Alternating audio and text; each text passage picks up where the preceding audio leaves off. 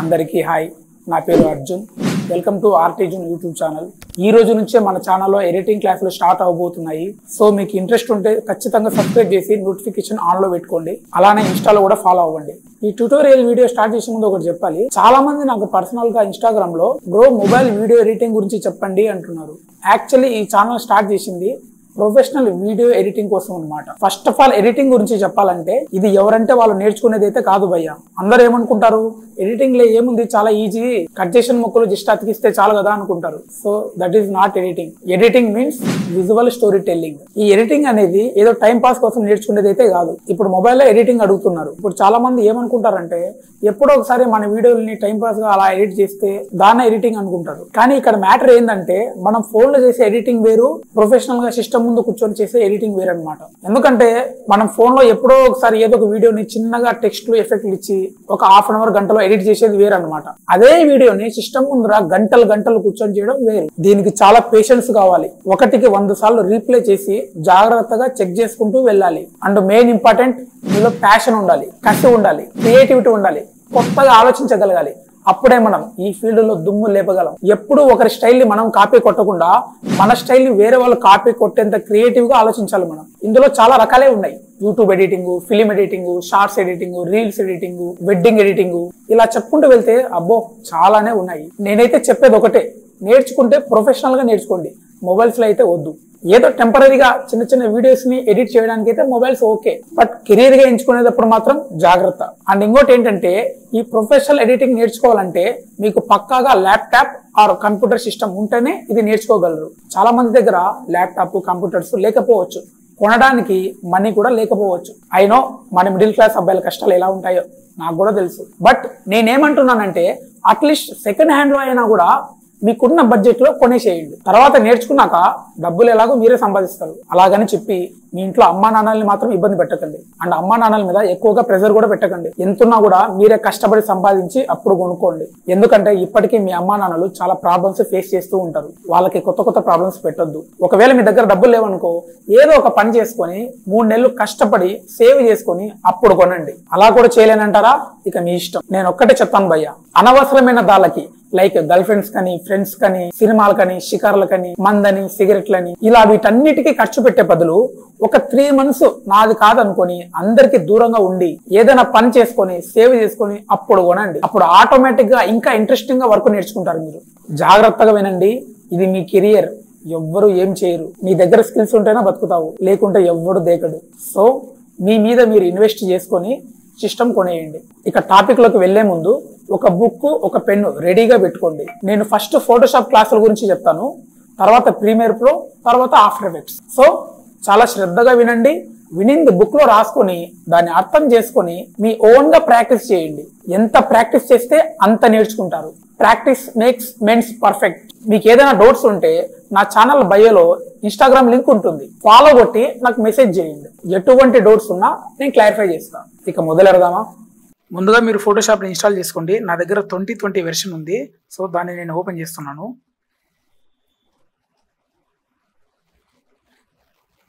So open చేయగానే interface అనేది ఇలా ఉంటుందండి. సో ఇది ఉంది కదా, ఇది ఆల్రెడీ నేను ఇంతకుముందు చేసిన ప్రాజెక్ట్ అనమాట, రీసెంట్గా చేసిన ప్రాజెక్ట్. దీన్ని ఓపెన్ చేయాలనుకుంటే ఇక్కడ నుంచి డైరెక్ట్ ఓపెన్ చేయొచ్చు, లేదా ఇప్పుడు దీన్ని క్లియర్ చేయాలనుకుంటే సింపుల్గా ఫైల్ ఉంటుంది కదా పైన లెఫ్ట్లో, ఆ ఫైల్లోకి వెళ్ళి ఇక్కడ ఓపెన్ రీసెంట్ అని ఉంది కదా, దాన్ని క్లిక్ చేసి క్లియర్ రీసెంట్ ఫైల్ లిస్ట్ అని ఉంది కదా, దాన్ని క్లిక్ చేసినామంటే చాలు, మొత్తం ఫ్రీ అవుతుంది అనమాట. ఇప్పుడు మనం కొత్తగా క్రియేట్ చేయాలంటే ఇక్కడ క్రియేట్ న్యూ అని కనబడుతుంది కదా, దీన్ని క్లిక్ చేయాలి. ఓకే, దీన్ని క్లిక్ చేసిన తర్వాత ఇప్పుడు మనం ఏం చేయాలంటే మనకు సైజుకి తగ్గట్టు మనం డిజైన్ చేసుకోవాలి. ఇప్పుడు ఏంటంటే మనకు జనరల్గా యూట్యూబ్ థంబ్నెయిల్స్ అనుకోండి, లైక్ 1920x1080 ఇది అనమాట రేషియో. సో మనం ఏం చేయాలంటే ఇక్కడ ఆల్రెడీ మొత్తం ఉండే ఉంటాయి, ఇక్కడ మనకి ఏది కావాలంటే అది చేసుకోవచ్చు. బట్ నేను యూజ్ చేసేది ఏంటంటే ఇక్కడ ఫిలిం అండ్ వీడియో అని ఉంది కదా, దాన్ని క్లిక్ చేసుకుంటాను. దాన్ని క్లిక్ చేసుకోగానే ఇక్కడ మనకు ఆటోమేటిక్గా ఇది పిక్సెల్ సెలెక్ట్ అవుతుంది. 1920x1080 అనమాట. ఓకే, ఇక్కడ 1920 ఉంది, కింద 1080 ఉంది. ఇప్పుడు ఏంటంటే ఇది యూట్యూబ్ థంబ్నెయిల్ వెర్షన్ అనమాట ఇది. ఓకే, అదే షార్ట్స్ రీల్స్కి అయితే ఇది ఇక్కడికి వెళ్తుంది, ఇది ఇక్కడికి వస్తుంది. అప్పుడు 1080x1920 అవుతుంది. ఓకే, ఇప్పుడు మనం ఏం చేయాలంటే ఇక్కడ రిజల్యూషన్ ఉంది కదా, మామూలుగా అయితే 72 పెట్టుకోవచ్చు. బట్ నేనేంటంటే కొంచెం థంబ్నెయిల్ అనేది ఇంకొంచెం హెచ్డీగా జూమ్ చేసినా కూడా పిక్సెల్స్ అనేది బాగా నీట్గా రావాలి కాబట్టి నేను ఇక్కడ 200 పెట్టుకుంటున్నాను. ఓకేనా. నెక్స్ట్ ఏంటంటే కలర్ మోడ్ అనేది, కలర్ మోడ్ మ్యాక్సిమం RGBలో పెట్టుకోండి. ఎందుకంటే మనం చేసే డిజైన్స్ మొత్తం జనరల్గా థంబ్నెయిల్స్ కానీ ఇలాంటివన్నీ మనం మొబైల్లోనే చూస్తాం కాబట్టి దానికి RGB కలర్ పెట్టుకుంటేనే మనకు మంచి ఎక్స్పీరియన్స్ అనేది ఉంటుందన్నమాట. ఓకే. నెక్స్ట్ ఇక్కడ బ్యాక్గ్రౌండ్ కంటెంట్ అని ఉంది కదా, దాన్ని సింపుల్గా మీరు వైట్లో పెట్టుకోండి. ఓకే, ఈ వైట్ అని ఎందుకు అంటున్నానంటే వైట్లో పెట్టుకోవడం వల్ల మనకు బ్యాక్గ్రౌండ్ వైట్గా ఉంటే కొంచెం బాగుంటుంది. తర్వాత లేయర్స్ కావాలంటే మనం ఏనైనా ఎలాగైనా చేసుకోవచ్చు. సో ఓకే, ఇవి మెయిన్ ఇంపార్టెంట్ చూసుకోండి. 1920 ఆర్ మనకు నచ్చింది ఇదేంటంటే ఫుల్ హెచ్డి అనమాట. So okay, 1920, 1080, 200 resolution, RGB colour, white colour. Okay, ఇవన్నీ గుర్తుపెట్టుకోండి, మీకు నచ్చిన దాన్ని సెలెక్ట్ చేసుకోండి. ఓకేనా. ఇప్పుడు ఏం చేస్తానంటే సింపుల్గా క్రియేట్ క్లిక్ చేస్తాను. ఇప్పుడు నేను క్రియేట్ చేయగానే ఇలా మొత్తం లైన్స్ పడ్డాయి కదా, ఈ లైన్స్ ఏంటని మీలో చాలామందికి డౌట్ రావచ్చు. ఈ లైన్స్ ఏంటంటే ఇవి అడ్జస్టబుల్ లైన్స్ అనమాట. ఇప్పుడు ఎగ్జాంపుల్ ఈ లైన్ ఉంది, దీని కిందికి ఇలా లాగుతున్నాను. ఓకే, ఈ సైడ్లో ఒక లైన్ ఉంది, దీని ఇలా లాగుతున్నాను. ఈ లైన్స్ అనేవి ఏ దానికోసం అంటే మన గుర్తుల కోసం. మనం సపోజ్ ఒక థంబ్నెయిల్ డిజైన్ చేస్తాం అనుకోండి, ఇక్కడ డిజైన్ చేస్తున్నప్పుడు ఏమవుతుందంటే మనకు జనరల్గా మనకు ఐడియాస్ కోసం పెట్టుకుంటాం. ఓకే, ఇక్కడ లెఫ్ట్లో ఒక టెక్స్ట్ ఉండాలి, రైట్లో ఒక సబ్జెక్ట్ ఉండాలి, ఇక్కడ ఆబ్జెక్ట్ ఉండాలి, ఇక్కడ ఒక మనిషి ఉండాలి, ఇక్కడ ఒక బ్యాక్గ్రౌండ్ ఉండాలి, సంథింగ్ మళ్ళీ గుర్తుల కోసం అని ఇది పెట్టుకుంటాం అనమాట. సో మ్యాక్సిమం ఇది మనకు అంత ఉపయోగపడకపోవచ్చు. సో సింపుల్గా ఏం చేయాలంటే Ctrl+H నొక్కండి, లేదా మనకు ఇక్కడ వ్యూ అని ఉంది కదా, దాన్ని క్లిక్ చేసి ఇక్కడ ఎక్స్ట్రాస్ అని ఉంది కదా, దీని షార్ట్ కట్ వచ్చేసి Ctrl+H అయినా చేయొచ్చు, లేదా ఎక్స్ట్రాస్ని దీని మీద క్లిక్ చేస్తే మొత్తం రిమూవ్ అవుతాయి లైన్స్ మొత్తం. ఓకేనా. ఇప్పుడు దీంతో మనం మాట్లాడుకోవాల్సింది ఏంటంటే ఫస్ట్ ఆఫ్ ఆల్ టూల్స్ గురించి మాట్లాడుకోబోయే ముందు ఫస్ట్ దీని గురించి మాట్లాడుకుందాం. ఈ కింద లెఫ్ట్లో ఉన్నాయి కదా బాటంలో, ఇది ఈ రెడ్ కలర్ ఉండేది దీన్ని ఏమంటారంటే పైన ఉండేది ఫోర్గ్రౌండ్ కలర్ అంటారు, కిందిది బ్యాక్గ్రౌండ్ కలర్ అని అంటారు. ఇప్పుడు ఈ ఫోర్గ్రౌండ్ బ్యాక్గ్రౌండ్ కలర్ ఏ దానికి ఉపయోగపడతాయంటే చిన్న ఎగ్జాంపుల్ చెప్తాను. దీన్ని క్లిక్ చేసుకొని ఇక్కడ మనకు నచ్చిన కలర్ని సెలెక్ట్ చేసుకోండి. ఇప్పుడు నేను ఈ పింక్ ఉంది, దీన్ని సెలెక్ట్ చేసుకున్నాను, ఓకే క్లిక్ చేశాను, ఇక్కడ కలర్ చేంజ్ అయ్యింది, ఇది ఫోర్గ్రౌండ్ అనమాట. నెక్స్ట్ ఇప్పుడు బ్యాక్గ్రౌండ్ కలర్ గ్రీన్ ఉంది కదా, దాన్ని చేంజ్ చేసుకుందాం. ఆ గ్రీన్ కలర్ని ఏం చేద్దామంటే రెడ్గా మార్చేద్దాం. ఓకే, రెడ్ క్లిక్ చేసాం అనమాట. ఇప్పుడు పైన కలరు ఫోర్గ్రౌండ్ అనేది పింక్ వచ్చింది, కింద బ్యాక్గ్రౌండ్ కలర్ అనేది రెడ్ వచ్చింది. ఇప్పుడు దీన్ని మనం ఎలా యూజ్ చేస్తామంటే ఫస్ట్ ఆఫ్ ఆల్ మనం టూల్స్ గురించి మాట్లాడుకుందాం. టూల్స్ అంటే ఇది మూవ్ టూల్ అనమాట. ఈ మూవ్ టూల్ని ఇట్లా ఇప్పుడు ప్రజెంట్ ఇలా మూవ్ చేస్తే అవ్వదు, ఎందుకంటే ఇది ఆల్రెడీ లేయరు బ్యాక్గ్రౌండ్ లేయర్ అనమాట ఇది. సో మనకు ఈ మూవ్ టూల్తో ఏదైనా మనం యూజ్ చేయాలంటే ఫస్ట్ ఆఫ్ ఆల్ ఒక లేయర్ అనేది మనం యాడ్ చేయాలి.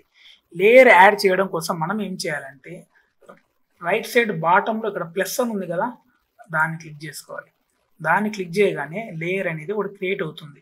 ఓకే, అలా క్రియేట్ అయిన లేయర్ని మనం ఇప్పుడు చూడండి, దీన్ని మనం ప్లస్ నొక్కుతూ పోతే ఎన్ని లేయర్స్ అయినా క్రియేట్ అవుతాయి. ఇప్పుడు దీన్ని డిలీట్ చేయాలనుకుంటే సింపుల్గా ఆ లేయర్ ఏ లేయర్ కావాలో సెలెక్ట్ చేసుకోండి, సింపుల్గా కీబోర్డ్లో డిలీట్ క్లిక్ చేయండి, ఆటోమేటిక్గా డిలీట్ అవుతాయి.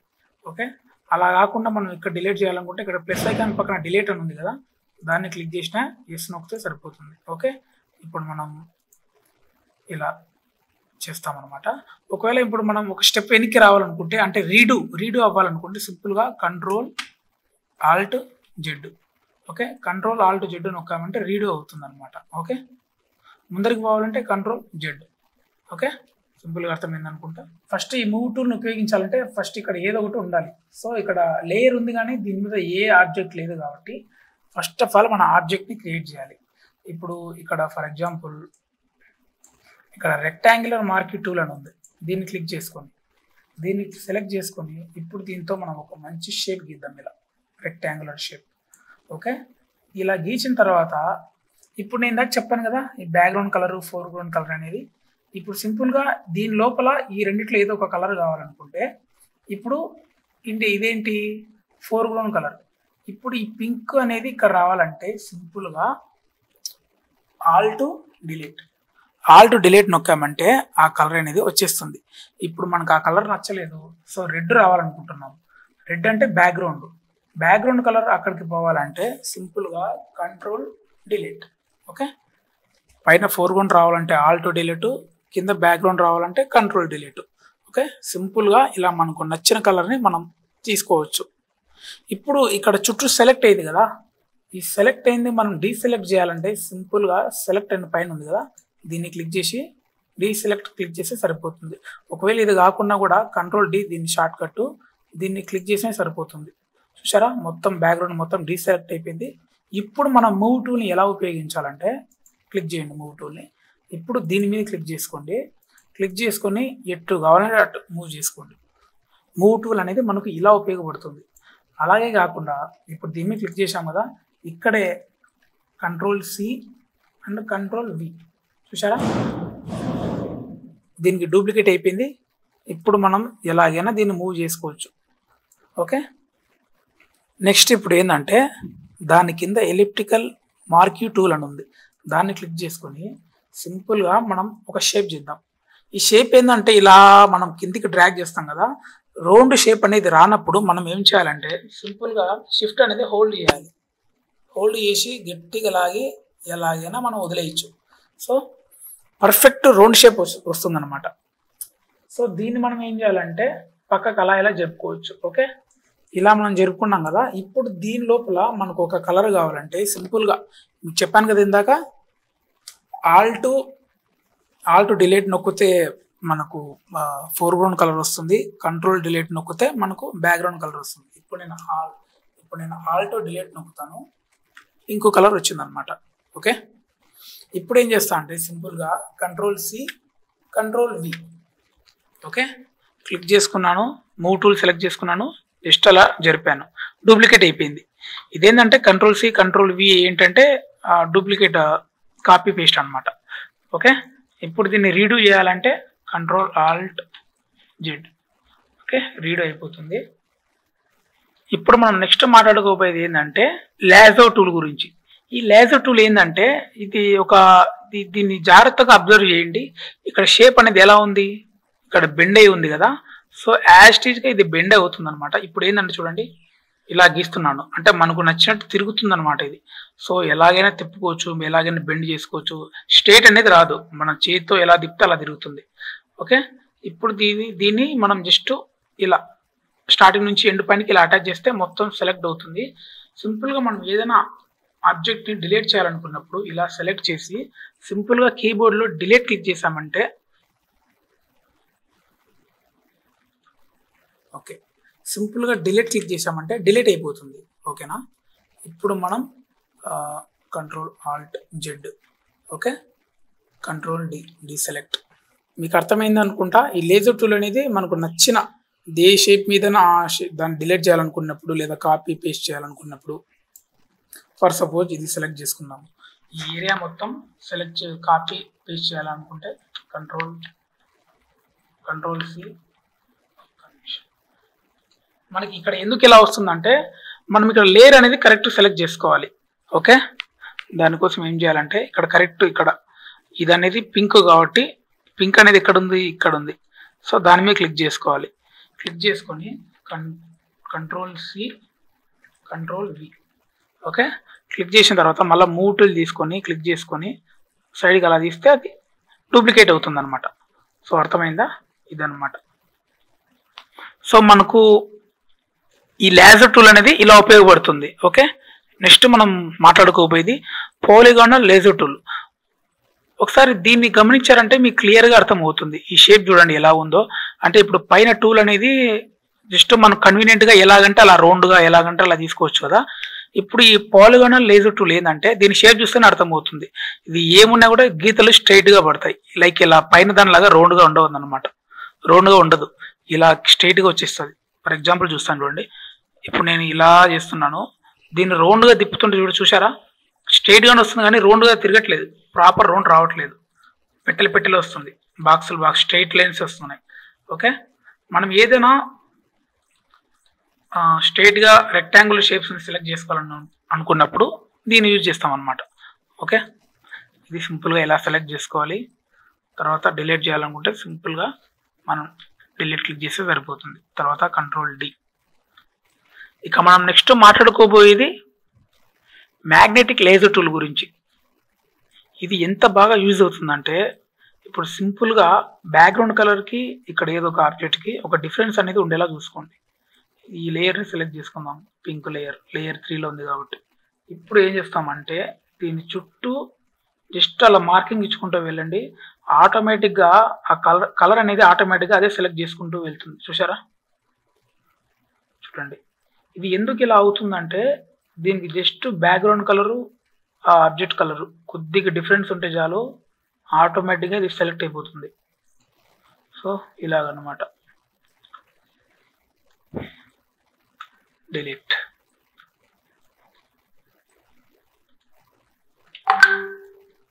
Control D. చూసారా? జస్ట్ మనం ఏంటంటే జస్ట్ కలర్ డిఫరెన్స్ ఉండాలి.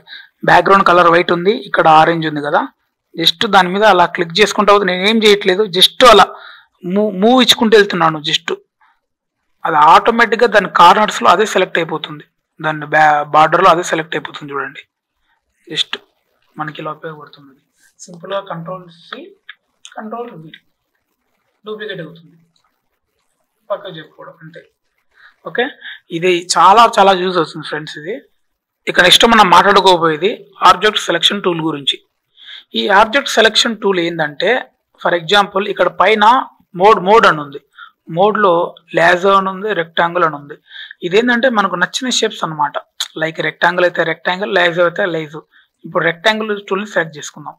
ఇప్పుడు ఇది ఏంటంటే మనం షేప్ ఎలా గీసినా కూడా రెక్టాంగులర్ షేప్లో అవుతుంది. ఇప్పుడు నేను ఏం చేస్తున్నా అంటే ఈ ఆబ్జెక్ట్ పైన ఇలా గీస్తున్నాను కదా, లాంగ్ గీసి వదిలేశాను.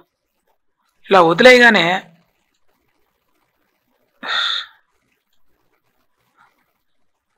లాంగ్ గీసి వదిలేగానే ఆటోమేటిక్గా చూసారా చుట్టూ ఎలా సెలెక్ట్ అయింది. చూసారా, ఆటోమేటిక్గా చుట్టూ సెలెక్ట్ అయిపోయింది. ఓకే, మనకి ఏదైనా మనం జూమ్ అవుట్ చేసుకోవాలనుకుంటే కంట్రోల్ మైనస్ నొక్కితే జూమ్ అవుట్ అవుతాం, కంట్రోల్ ప్లస్ నొక్కితే జూమ్ ఇన్ అవుతాం అనమాట. సో ఇది గుర్తు పెట్టుకోండి. Okay, control D select. ఇప్పుడు మనం ఏంటంటే పైన మోడ్లో రెక్టాంగిల్ నుంచి లేజోకి మార్చుకొని ఇప్పుడు చూడండి మనం మాన్యువల్గా ఒక జస్ట్ దాని చుట్టూ ఎక్కడో దూరంగా చేసి అలా చేద్దాం. జస్ట్ అంతే. చూసారా, మనం ఎక్కడో గీసినా కూడా కరెక్ట్ దాని చుట్టూనే సెలెక్ట్ అయిపోయింది అది. సో ఏంటంటే ఆబ్జెక్ట్ని సెలెక్ట్ అవుతుంది. చూసారు, దీని పేరు ఏంటంటే ఆబ్జెక్ట్ సెలెక్షన్ టూల్. ఆటోమేటిక్గా ఒక ఆబ్జెక్ట్ని దాని చుట్టూ మీరు ఎలా లాగినా ఎంత చేసినా కూడా అది ఆటోమేటిక్గా సెలెక్ట్ అవుతుంది, దాని చుట్టూనే ఆబ్జెక్ట్ చుట్టూనే సెలెక్ట్ అవుతుంది. ఓకే, సో ఇది ఇలా యూజ్ అవుతుంది అనమాట మనకు. నెక్స్ట్ మనం మాట్లాడుకోబోయేది క్విక్ సెలెక్షన్ టూల్ గురించి. ఓకే, దీన్ని సెలెక్ట్ చేసుకోబోయే ముందు మనం ఫస్ట్ ఒక ఫోటోని చేసుకుందాం. ఫర్ ఎగ్జాంపుల్ మసూదా ఉంది, కాపీ, కంట్రోల్ సి కాపీ చేశాను, కంట్రోల్ వి. ఓకే,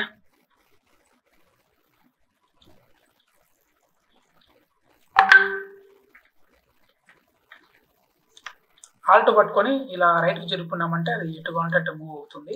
మీకు ఇంకోటి ఏంటంటే మీకు స్క్రీన్ పెద్దగా కావాలంటే ట్యాబ్ ఎస్కేప్ ఈఎస్సి కింద ట్యాబ్ ఉంటుంది కదా, ట్యాబ్ క్లిక్ చేయండి. ఆ పైన ఫైల్ ఎడిట్ అని ఉంది కదా, అవి కూడా క్లియర్, ఆ బార్ క్లియర్ అవ్వాలంటే సింపుల్గా ఎఫ్ నొక్కండి. ఎఫ్ క్లిక్ చేసామంటే మొత్తం క్లియర్ అవుతుంది. చూడండి, ఏం లేదు, ఎఫ్ క్లిక్ చేశాను. మనకు నచ్చేట్టు జూమ్ చేసుకోండి. జూమ్ ఇన్, ఎంత జూమ్ ఇన్ కావాలంటే అంత జూమ్ ఇన్. ఓకే, మనకి ఏంటంటే ఏదైనా పోస్టర్ థంబ్నెయిల్ డిజైన్ చేయాల్సి వచ్చినప్పుడు పెద్ద పెద్ద సిస్టమ్స్లో ఇలానే యూజ్ చేస్తారనమాట వాళ్ళు. ఓకేనా, సింపుల్గా మనకు చూడండి చుట్టూ ఏది లేదు, ప్రశాంతంగా మనకు నచ్చినట్టు చేసుకోవచ్చు మనం. ఓకే, ఇప్పుడు మళ్ళీ మనం ఎఫ్ నొక్కామంటే మళ్ళీ బ్యాగ్ వచ్చేస్తుంది, టాస్క్ బార్స్. ట్యాప్ నొక్కామంటే మళ్ళీ ఇది నార్మల్ రొటీన్గా వచ్చేస్తాయి. ఆబ్జెక్ట్ సెలెక్షన్ టూల్ ఏంటంటే ఫర్ ఎగ్జాంపుల్ ఇక్కడ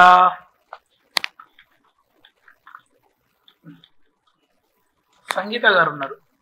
సంగీత గారి ఫేస్ని సెలెక్ట్ చేసుకుందాం. చూసారా, జస్ట్ ఆ ఫేస్ ఒకటి సెలెక్ట్ అయింది. తర్వాత బాడీ సెలెక్ట్ చేసుకుందాం. తర్వాత శారీ.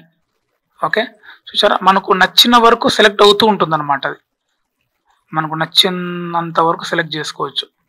ఓకే, ఇలా సెలెక్ట్ చేసుకొని సింపుల్గా కంట్రోల్ షిఫ్ట్ ఐ క్లిక్ చేసి తర్వాత డిలీట్ క్లిక్ చేస్తే మొత్తం మనం సెలెక్ట్ అయింది అలాగే ఉండి బ్యాక్గ్రౌండ్ మొత్తం డిలీట్ అవుతుంది. చూసారా, ఇలా అన్నమాట ఇది. ఇప్పుడు మనకు బ్యాక్గ్రౌండ్ ఇది మొత్తం డీసెలెక్ట్ అవ్వాలంటే సింపుల్గా సెలెక్ట్లోకి వెళ్ళి డీసెలెక్ట్ చేస్తే సరిపోతుంది. ఓకే, ఇప్పుడు మొత్తం వెనక్కి రావాలంటే రీడో అవ్వాలంటే కంట్రోల్ జెడ్ నొక్కామంటే రీడో అవుతుంది, కంట్రోల్ డి. ఓకే, ఇక మనం నెక్స్ట్ మాట్లాడుకోబోయే టూల్ ఏంటంటే మ్యాజిక్ వ్యాండ్ టూల్. ఈ టూల్ ఎంత బాగా ఉపయోగపడుతుందంటే ఫర్ ఎగ్జాంపుల్ ఇప్పుడు ఈ మసూద టైటిల్ ఉంది కదా, చాలామంది మనకు మూవీ టైటిల్స్లోంచి సినిమా పోస్టర్స్లోంచి మూవీ టైటిల్స్ని పిఎన్జీలుగా బయటకు తీస్తారు కదా, దాన్ని ఎలా తీస్తారో మనం చూద్దాం ఇప్పుడు. ఫస్ట్ ఆఫ్ ఆల్ ఇక్కడ జనరల్గా చాలామందికి 20 అని ఉంటుంది టాలరెన్స్ మీద, దాన్ని 60లో పెట్టుకోవాలి. 60లో పెట్టుకున్న తర్వాత ఇప్పుడు దీన్ని ఏం చేస్తారంటే కొంచెం జూమ్ చేసుకోండి. కంట్రోల్ ప్లస్ నొక్కినామంటే జూమ్ అవుతుంది. ఆల్ట్ పట్టుకొని అడ్జస్ట్ చేసుకోండి. ఇప్పుడు ఏం చేయాలంటే ఈ మ్యాజిక్ వ్యాండ్ టూల్తో సింపుల్గా మనకు ఈ టైటిల్ ఉంది కదా దీని మీద జస్ట్ వైట్ మీద క్లిక్ చేయండి, తర్వాత షిఫ్ట్ పట్టుకోండి, తర్వాత ఇక్కడ క్లిక్ చేయండి.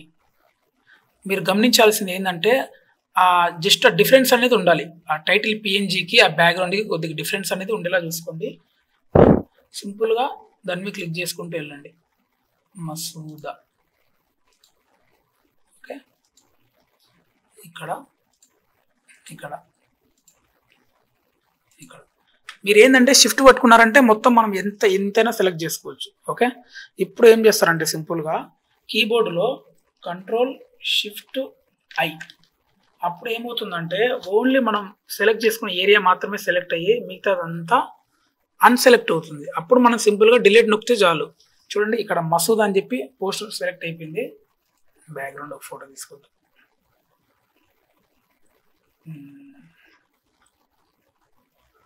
ఈ ఫోటో ఉంది ఇక్కడ, దీని మీద టైటిల్ లేదు కాబట్టి ఇక్కడ నుంచి చూసారా మన టైటిల్ అనేది ఎంత బాగా పడింది ఇక్కడ. ఇప్పుడు దీన్ని మనం అడ్జస్ట్ చేసుకోవాలంటే కంట్రోల్ టీ నొక్కాలి, మనకు నచ్చిన సైజుకి అడ్జస్ట్ చేసుకోవచ్చు. చూసారా, సింపుల్గా మనం టైటిల్ని తీసేసాం దీంతో నుంచి. నెక్స్ట్ మనం మాట్లాడుకోబోయేది క్రాప్ టూల్ గురించి. ఈ క్రాప్ టూల్ ఏంటంటే మనకు జస్ట్ ఈ పోస్టర్ ఉంది ఎగ్జాంపుల్, ఈ పోస్టర్ లానే ఈ పోస్టర్ సైజులోనే ఇది మొత్తం క్రాప్ అవ్వాలనుకున్నప్పుడు సింపుల్గా ఏం చేస్తారంటే దాని మీద జస్ట్ ఇలా ఇచ్చేయండి.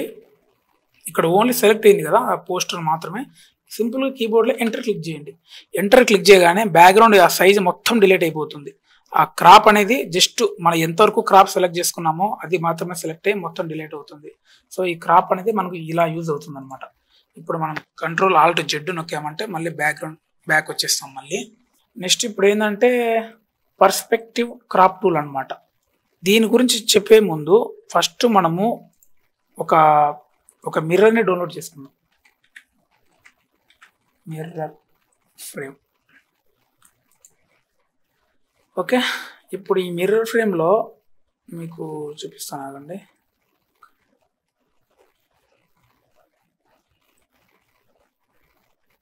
ఓకే, ఫర్ ఎగ్జాంపుల్ ఇప్పుడు ఈ ఫోటో ఉంది, దీన్ని సెలెక్ట్ చేసుకున్నాం. ఈ ఫోటో అనేది స్ట్రైట్గా లేదనమాట, ఏదో సైడ్కి వాల్నెట్ ఉంది కదా. ఇప్పుడు దీన్ని కాపీ చేసుకుందాం. ఇక్కడ కంట్రోల్ పేస్ట్. ఇప్పుడు ఏమైందంటే ఇది ఏంది, ఇప్పుడు ఈ పర్స్పెక్టివ్ క్రాప్ టూల్ అనేది ఇప్పుడు ఎలా యూజ్ అవుతుందంటే ఇప్పుడు ఈ సైడ్కి ఉంది కదా, అంటే చూడండి కొంచెం సైడ్ వాల్చినట్టుంది కదా. ఇప్పుడు దీన్ని మనకు స్ట్రైట్గా ఎలా వస్తుందో చూడండి. ఇప్పుడు మనం సింపుల్గా దాని మీద అలా క్రాప్ చేసుకొని డ్రాగ్ చేసుకొని మనకు కావాల్సినట్టు అడ్జస్ట్ చేసుకోవాలి. లైక్ పైన దాన్ని ఇలా కిందికి అలా అడ్జస్ట్ చేసుకోవడం, పైకి ఇలా చుట్టుపక్కల దీన్ని కిందికి ఇలా లాగడం. సో మనకు యాస్టీజ్గా అక్కడ ఎలా ఉందో సేమ్ అలానే సెలెక్ట్ చేసుకొని సింపుల్గా కీబోర్డ్లో ఎంటర్ క్లిక్ చేయండి. ఎంటర్ క్లిక్ చేయగానే చూసారా మీరు ఎంత తేడా వచ్చిందో. ఇది ఫోటోలో క్రాప్ చేయకముందు అటు సైడ్ వాల్నెట్ ఉంది, ఇప్పుడు క్రాప్ చేయగానే కరెక్ట్ పర్స్పెక్ట్లో, అంటే దాని పర్స్పెక్ట్లో కట్ అయిపోయి మనకు స్ట్రైట్గా వచ్చింది చూడండి. ఓకే, ఇక దీంట్లో ఉండే slice tool, slice select tool ఇది మనకు పెద్దగా యూజ్ అవ్వవు, సో ఇది వదిలేయండి. Next control Z. సో ఇక్కడ వరకు అయితే చూశారు కదా, ఇక్కడి నుంచి నెక్స్ట్ వీడియోతో కంటిన్యూ చేద్దాం. సో జాగ్రత్తగా విన్నారు కదా, దాన్ని జాగ్రత్తగా బుక్ లో రాసుకొని దాన్ని ప్రాక్టీస్ చేయండి. ప్రాక్టీస్ అంటే ఒకసారి చేసి వదిలేయడం కాదు, మళ్ళీ మళ్ళీ ప్రాక్టీస్ చేయండి. అండ్ బట్టి మాత్రం పట్టొద్దు. టూల్స్ అనేవి అసలు దేనికి యూజ్ అవుతాయో జస్ట్ అది తెలుసుకుంటే చాలు. సో ఇదండి ఈ రోజు వీడియో. ఈ వీడియో మీకు నచ్చితే ఒక లైక్ చేయండి. అలాగే మీ ఫ్రెండ్స్ లో కానీ రిలేటివ్స్ లో కానీ ఎవరికైనా వీడియో ఎడిటింగ్ అంటే ఇంట్రెస్ట్ ఉంటే వాళ్ళకి కూడా ఈ వీడియో షేర్ చేయండి, ఎందుకంటే వాళ్ళకి కూడా ఈ వీడియో హెల్ప్ అవుతుంది. సో నెక్స్ట్ ట్యుటోరియల్తో మళ్ళీ కలుద్దాం. Thank you for watching.